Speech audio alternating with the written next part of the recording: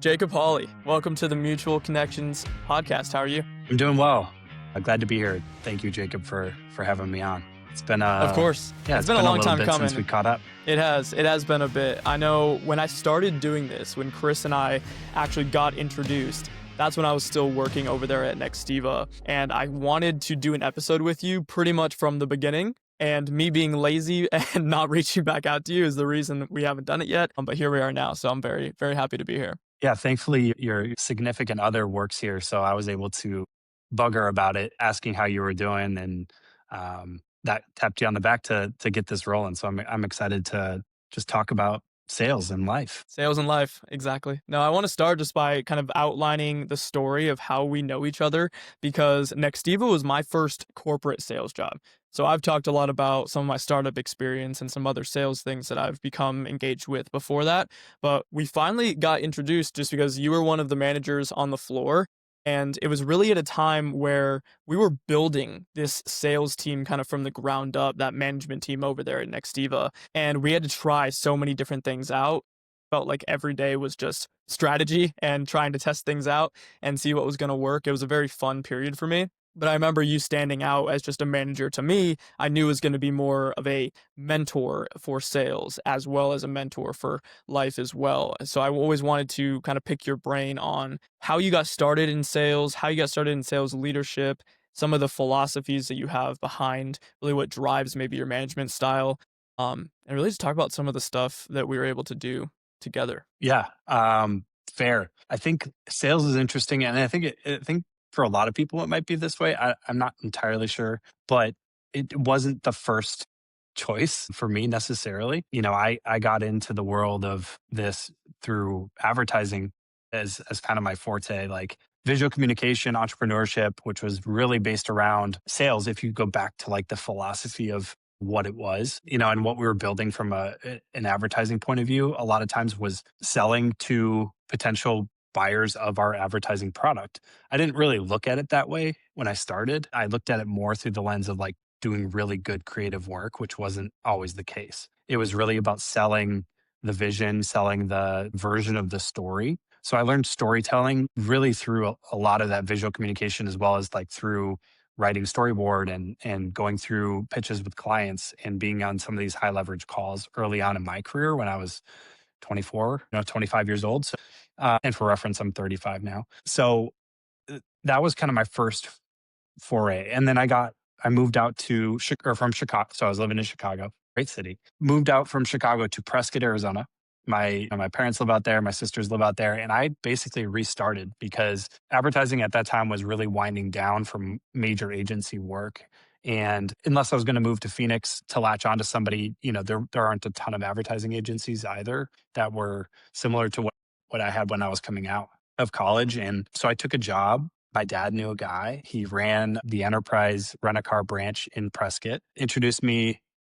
And, you know, I sat down with him before I'd even applied and just got the gist of like what it was, what was I going to do. And overall, you know, the idea was I was going to learn how to mentor, how to sell, how to run operations, and basically like do everything that you can kind of think of from a scale perspective. And I took that on and I applied. I joined that store, and 3 months later, got my first promotion. After that, I got my 6 months, I got promoted again to assistant. And then I was running the store.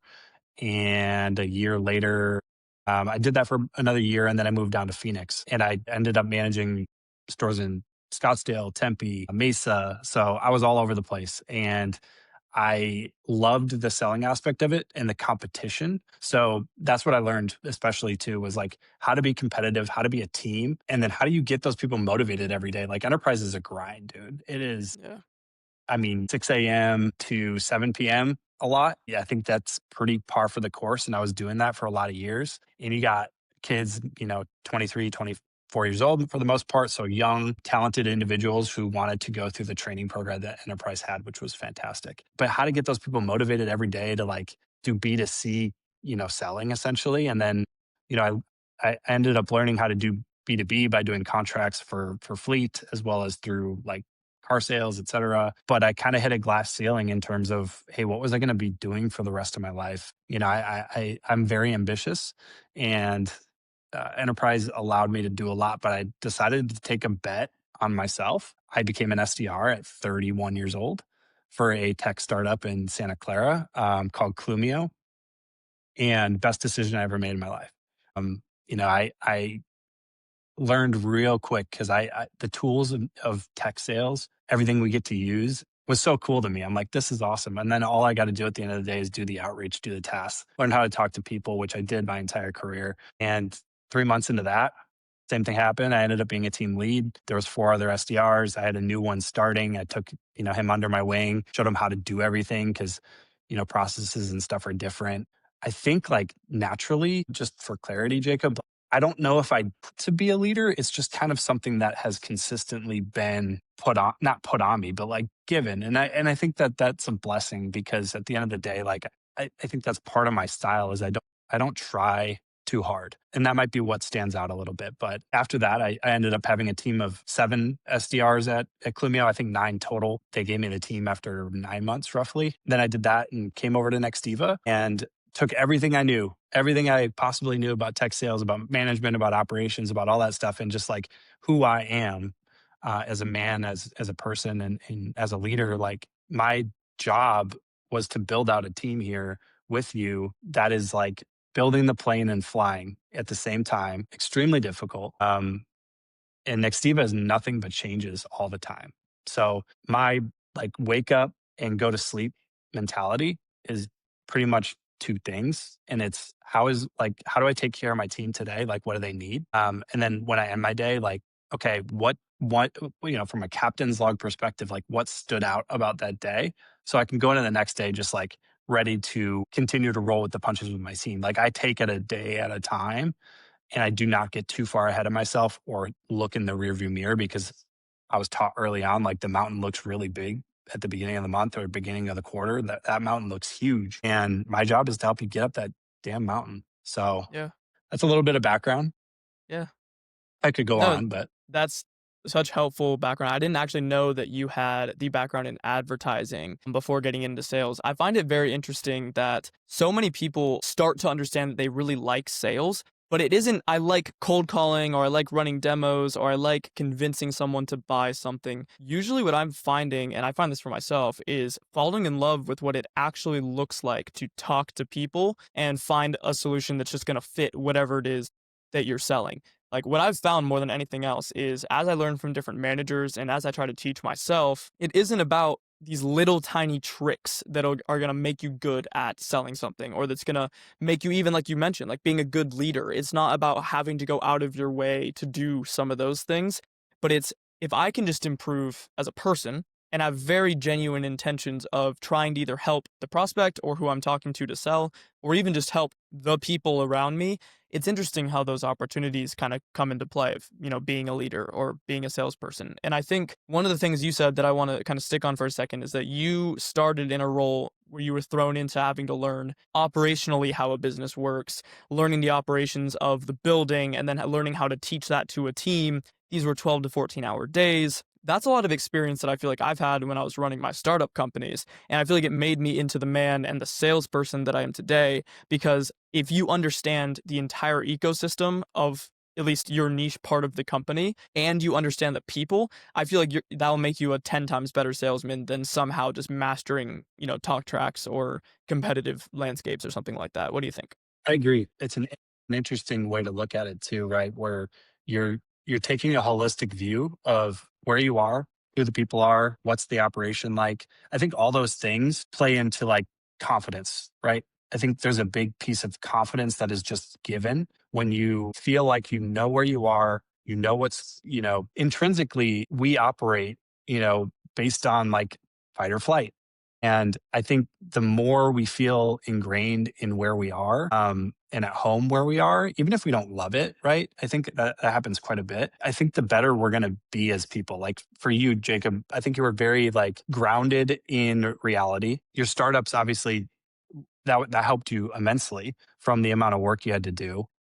What it did is taught you like operationally, I'm going to be able to talk to anybody. And I think that's part of it is like making it home. If I'm selling at home, I feel a whole lot better than not. That's an interesting piece. It's like being comfortable almost, you know? It's like not comfortable because you egotistically think that you can sell anybody or anything like that, but it's like what you're saying is an actual understanding or even just yourself as a person. Like I know that whatever I'm gonna say is gonna have the right intention. And I know like it's like you said, when you really go through the fires of knowing how things have to be done, I feel like it becomes easier to talk about the solution because then you're not as wound up of well, what's causing all the problems and what's causing all the problems. It's how do we actually move this thing forward and get ourselves towards a solution? I feel like as a manager, what do you see kind of from that higher level perspective that separates the people on your team of being like that top 10%, top 1%, top echelon of salesperson or SDR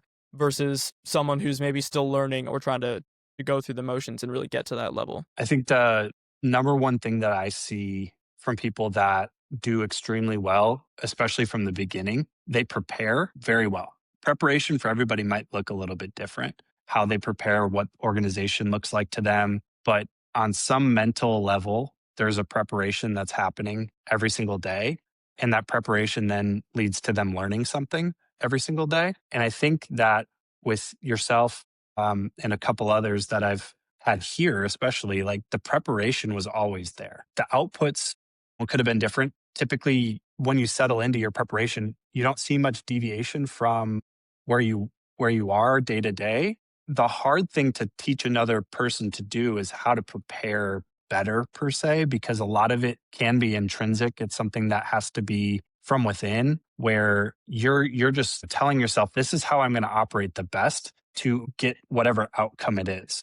When I see people do a lack of preparation, and part of that preparation is totally mental too. The thing that happens quite a bit, especially with somebody who might be struggling or they're maybe not coming out of the gate very fast, the mentality is so much different. It can be throwing in the towel really, really early, because when you start getting ingrained in a company and months start to pass, you start to see how the sausage is made, so to speak. And some people see that process and then they get really freaked out, or they get really uncomfortable, or they feel like maybe they know too much and they have to tell everybody everything about the sausage, so to speak. And it's like, no, I mean, at the end of the day, like you're going to see the sausage being made, but just serve the sausage. Like, don't tell them how you found it, because I guarantee most people don't want to know that.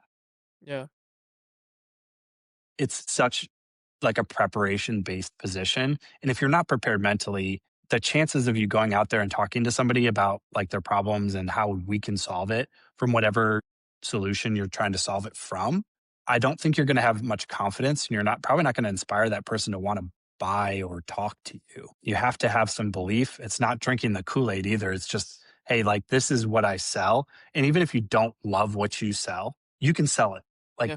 there's plenty of people out there that sell things they don't want to sell. Yeah, I think preparation's a big part of that. One of the sayings that I've heard that I try my best to live on is proper preparation prevents poor performance. And the idea was everything that you do should have some sort of preparation to it. I think what I like the most about what you said is it isn't preparation in the very tangible sense of I prepare for every single cold call before I make it to know exactly what I'm going to say, or I prepare before every demo to know exactly what I need to outline. That's almost just an operational part of the job. It sounds more like it's that mental framework around how am I going to prepare myself characteristically to how I'm going to approach the things that I'm walking into. And I know for myself personally, that was the thing that I feel like set me apart in everything that I was trying to do is I have to figure out what might be going wrong and what could potentially be better. I know that if I'm suffering or not doing well performance-wise in a certain category, then I have to attempt to put in the reps to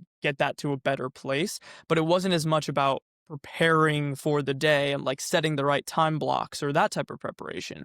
But it was setting this foundation of what type of salesperson do I want to be? What type of person do I want to be like on the team and to the people around me? And then exactly what you said, which resonates with me a lot, is what can I then be learning all of the time? Whether it's learning from someone better than me and saying, I need to do this that they're doing to act better, or what is something that someone is doing that I do not want to replicate and making sure that you frame around doing that as well. And I feel like that could extrapolate out to so many things in life of becoming someone who's going to properly prepare with a aim towards learning. Yeah, that the learning never ends, I think, for the people that typically do really well in this field, especially leadership too. And like it's such a lead by example position to a degree. I think that, I wish I could understand how people's brains, like I wish I could get in there and be like, all right, what's like going on here? Because I know for you, I just want to bring up a good example of what you kind of just said, which is like learning from the people that you look up to, or that do a good job or might be better than you, so to speak, in some category. I think that like you took the time to understand who that was. But I remember one particular meeting you were on, and I think it was a demo, and it was going so poorly and you were so upset that I'm guessing for the rest of your career, you're never going to be like that person. And that is how I am. Like, it's like, I, I will take the really good stuff and leave the rest. And it's such an important piece to have it. And like you said, I loved the quote that you laid out at the beginning. It's one of my favorite around preparation. Yeah. And it's so much of this technically does come down to like mentality at the end of the day, but how you weave this into like life too, right? I think like is the interesting part. What something that was kind of told to me was, you can walk the walk and talk the talk when you're in the building, but can you walk the walk and talk the talk when you're out of the building? And that's something that I take a ton of pride in. And it's something that I need in my life to be authentic, because I feel like most people can, I hope, see through when somebody's being inauthentic. And that's the part of the problem I have with like LinkedIn sometimes, and LinkedIn cultures. Like I have no idea what these people are like outside of work.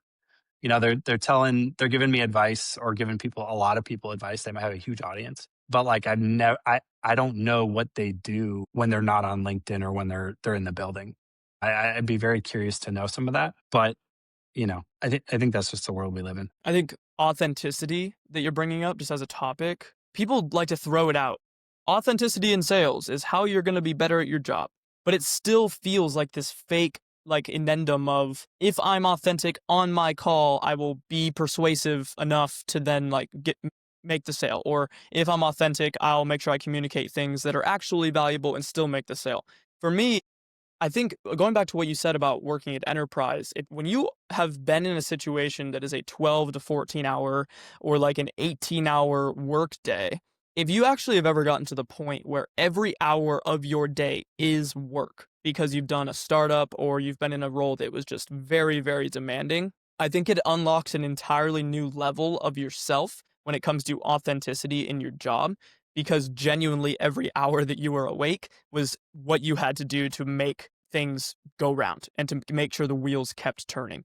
What I feel like was a huge thing for me ever since I started at my first ever actual corporate job at Nextiva was the authenticity that I feel like you can bring across the table that genuinely says, I'm not going to play any corporate politics garbage. I'm not going to try to say the right thing around the right people. It's what has to get done to be as efficient and effective as possible here at this job. How can I do that in a way that is curious to people who actually can help me find that answer?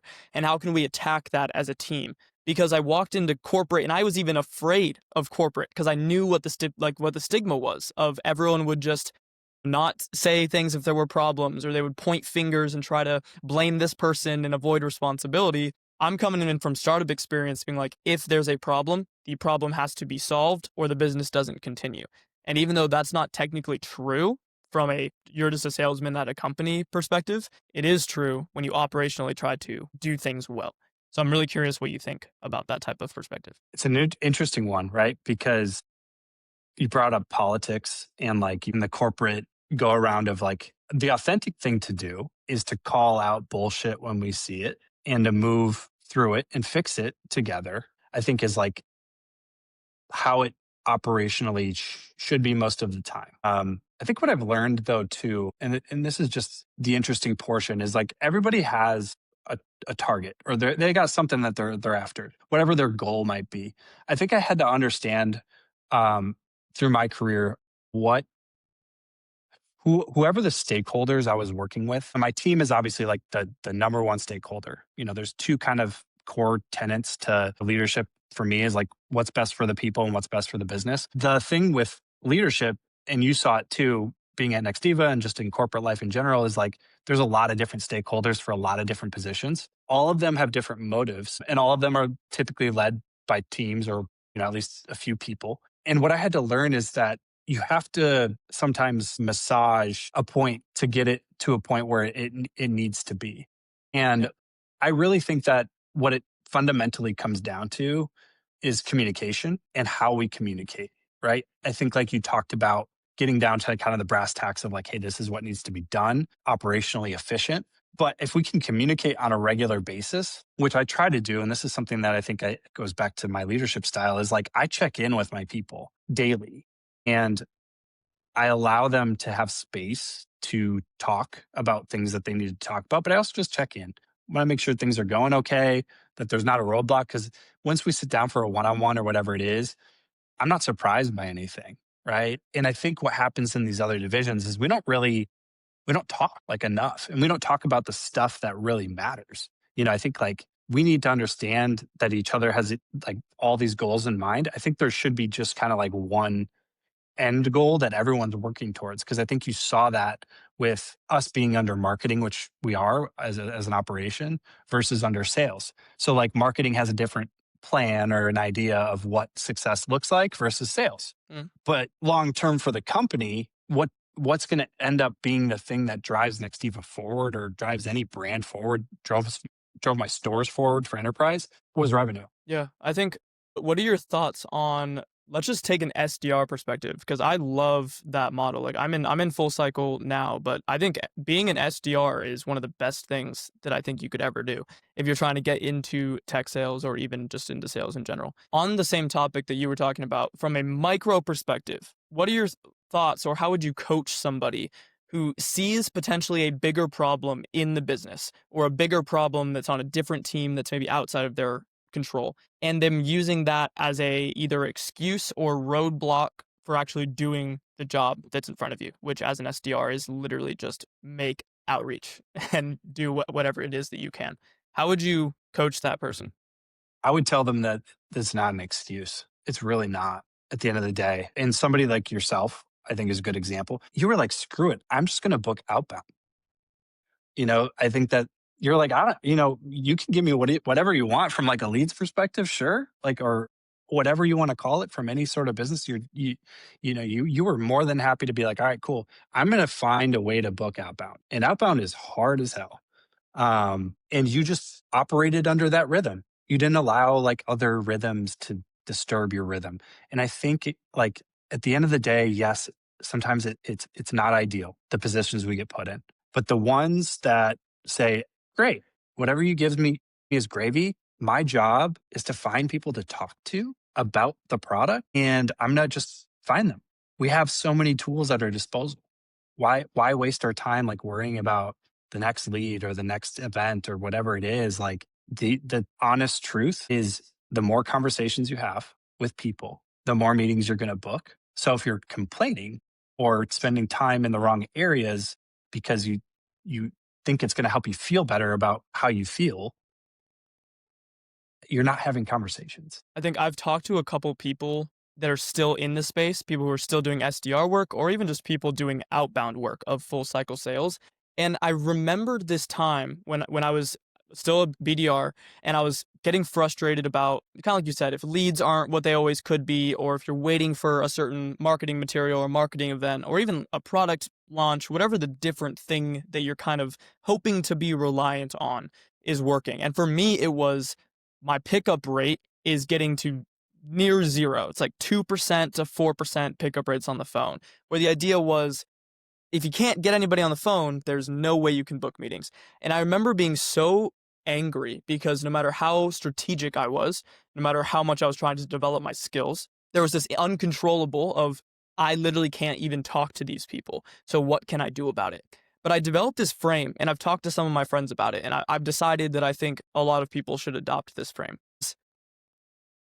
Prove that it sucks. If the leads suck, if you have a list of 100, 200 people that you need to call with a 2% pickup rate, do absolutely as much output as humanly possible and get data that proves that it sucks. Because if that is actually true and you're somebody who's compounding that with your own skill set, trying to make that better, you can bring data like that to a scenario. You can talk to leadership You can bring it to your own manager. You could bring it to your peers. You could even just use it as a confidence boost of, I'm going to do as much output as possible to prove that if it could have been done, I would have done it.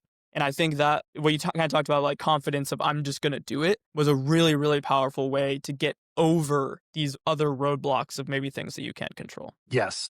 Prove it through data is huge. And I think that's where a lot of the conversations need to happen when we're talking about interdepartmental confusion or whatever it is. It's like, let's look at the data.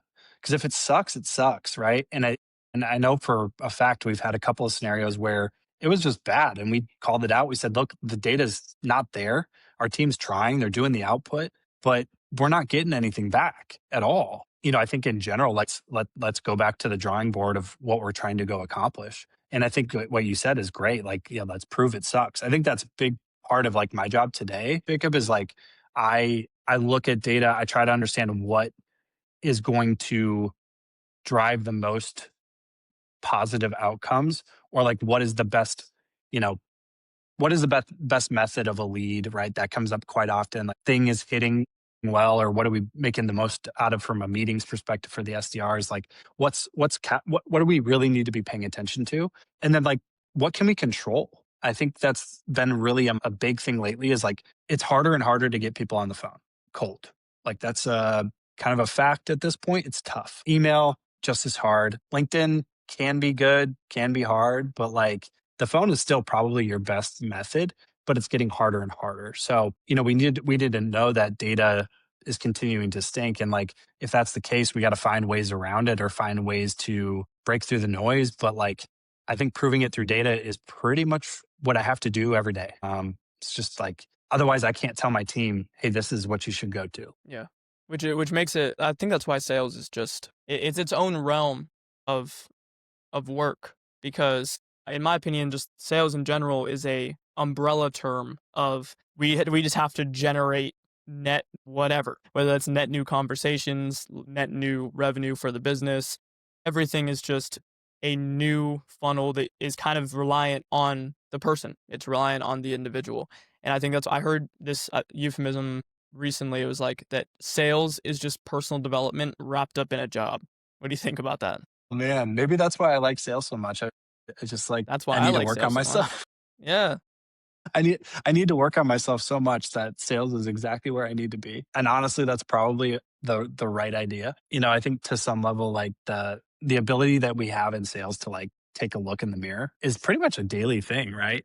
Yeah. There's people that have mirrors on their desks for a reason, and it's supposed to be to like teach them how to smile while they call. And it's like, yeah, great. But like at the same time, you're still telling yourself intrinsically or inside that I don't smile enough on the phone because my tonality, maybe to me, it tells me your tonality is probably bad. Yes, it's a requirement to look in the mirror every day if you want to be in this position, or you're never going to learn. If you're really good and you're crushing it, right? It's still worth going back and reflecting at like, number one, why am I crushing it? So I can tell other people how to crush it. And two, like I guarantee there's something in there that we can pull out and drill into if we really want to improve upon. And maybe it's nothing to do with your actual sales job. Maybe it's about how you talk to other people in the company. Maybe it's about how you make, good connections with other departments, whatever it is. There's always going to be Yeah. something. How you become a better speaker, how you become more Mhm. confident in yourself, in anything that you do in your life. How do you just actually become this person, this authentic person, like we were talking about, where you don't feel like you're coming into work and faking it. It is how much am I developing as a person and then bringing that everywhere that I go. And I think I like so much that you said it's also see when you're doing well and try to realize why you're doing well, because it's not gonna last forever. It's like I'm really young and I've still noticed that. It's like you hit really good peaks of sales performance, personal development in your life, everything going really well, and then it can just tank on you. And the only difference between the good times and the bad times is what actions were you taking when it was good, and you have to be able to replicate those even when you don't feel like it because it's going bad. And I think that is by far one of the best lessons I've learned just as a man myself is when you are doing things that are well, you need to know why. Because when things go bad, you have to rely on this confidence that you built because of actions that you took, not because of some just belief that you had in yourself that it would go well. So you actually need to know why that happened and replicate it over time. And yeah, I'll die on that hill. I think the key word for me in there uh, is it's a really good point of view, right? Because dang, nothing lasts forever. Like, it's one of those things where things can go like, and this is something I brought up even as an aside to like life yesterday when I was out with my wife at the mall. We had our own, time to get together for once, and my son was at the zoo. But like, just the idea that hey, and it's probably a toxic trait of mine that like I know in the back of my mind, like there's always going to be something bad that could happen. And it's just always kind of sitting there of like, lose your job, sucks. You got to figure it out. How does that affect you long term? You don't get as good at leads 1 month. You're like, there's an enormous amount of things that can go wrong, but like the actions that we take are going to tell us whether or not we're going to weather the storm, so to speak, right? There's a good chance for everybody that something terrible could happen. And like for me as a leader too, like especially I'll be honest, like this last 3 4 months roughly, I've had a lot of stuff in my own personal life just kind of really really challenge me. But the thing that I remember is like I have to take action. Action one sometimes was just like getting in my car and coming to work. Action two was telling myself I know things are not going well. I have resources and I have people that are here to support me outside of work. I can, obviously let my team and know a little bit, be like, things might not be going the greatest for whatever reason personally, but I'm going to show up and be here for you. And that's what I do regardless, because I just take the action. And why action is so important to me goes to my dad. So my dad is like, if I could talk an hour about my dad, like he's my biggest inspiration forever and ever. The thing the guy always does is he takes action his whole life. He started, he was a Chevy mechanic in his early 20s, like working for Chevy, like working on cars. And 10 years later, he's the CEO of a startup, pretty decent one.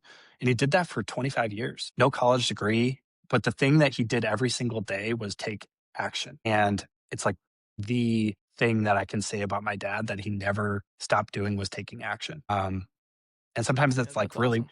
really hard. Yeah. So I think like what we do as a society is we get paralyzed a little bit.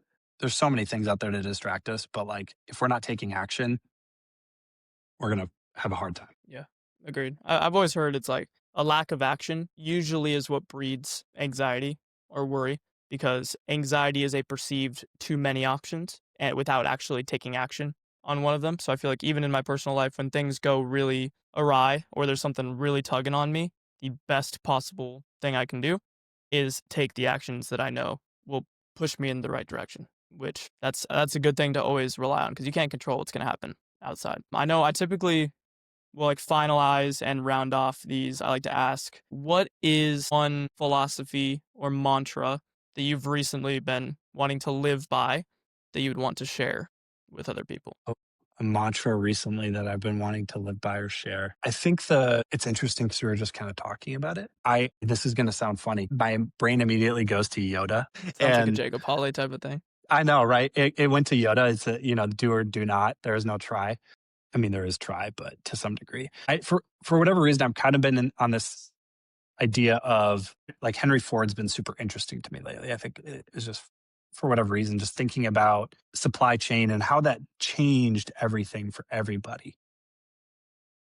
And AI is kind of in the same position right now for a lot of reasons, whether or not you believe the hype. But like Henry Ford, what was that sound effect? Did I hit one? Yeah, I heard a want, want, want. Oh, that's really funny. We'll see. I was like, I was like, yeah, I was like, is AI, is that the answer to AI taking over everything? Yeah, Is a big no, want, that want, was on want? accident, but it is a wah wah wah. That's hilarious.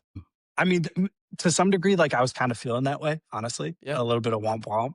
A little bit, you get a little fearful, but I got some curiosity about Henry Ford. And I think a lot of what he does is like, he was obviously a super successful businessman, did a lot of things right, supply chain, disrupted the market, but he always, and I think the quote to attribute is, you can't build a reputation on what you're going to do.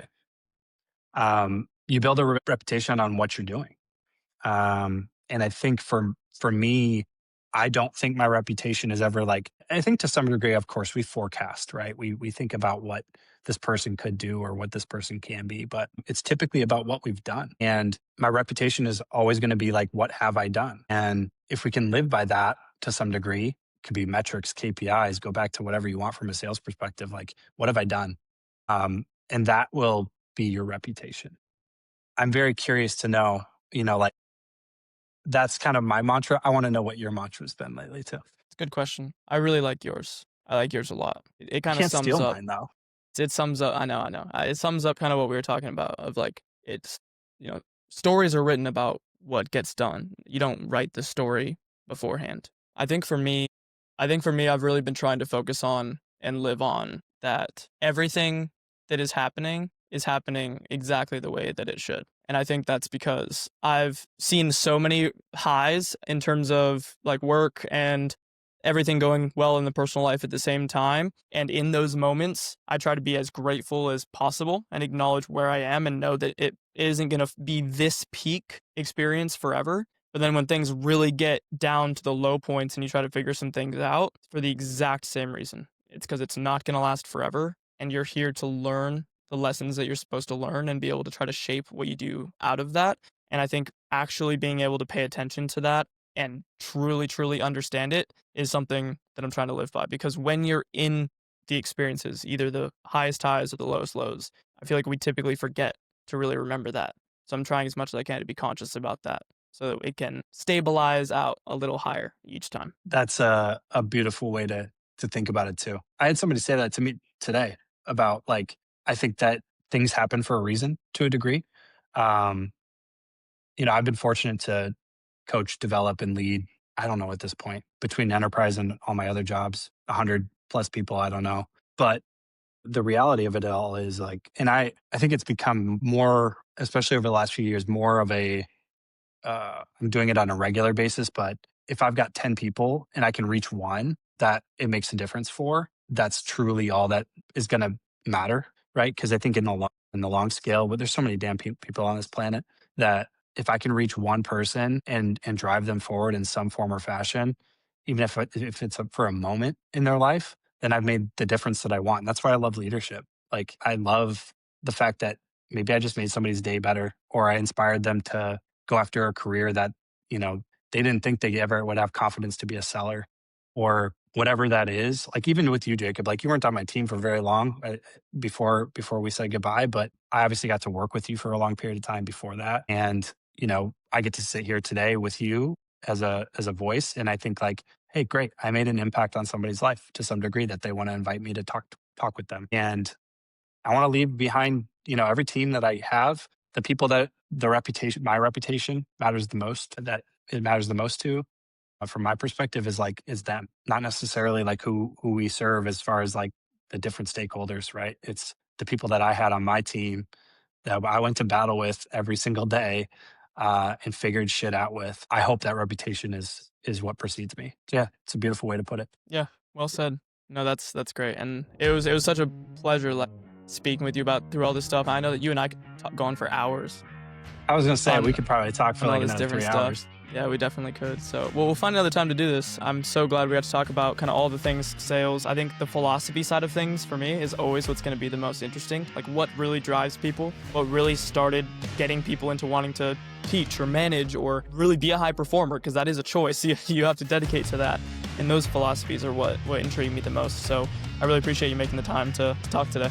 Yeah, anytime. I love it. Yeah, like I said, we could probably talk for a long time. Yeah. We'll spare the viewers for this one. We'll run it back another time. Thank you very much. You got it.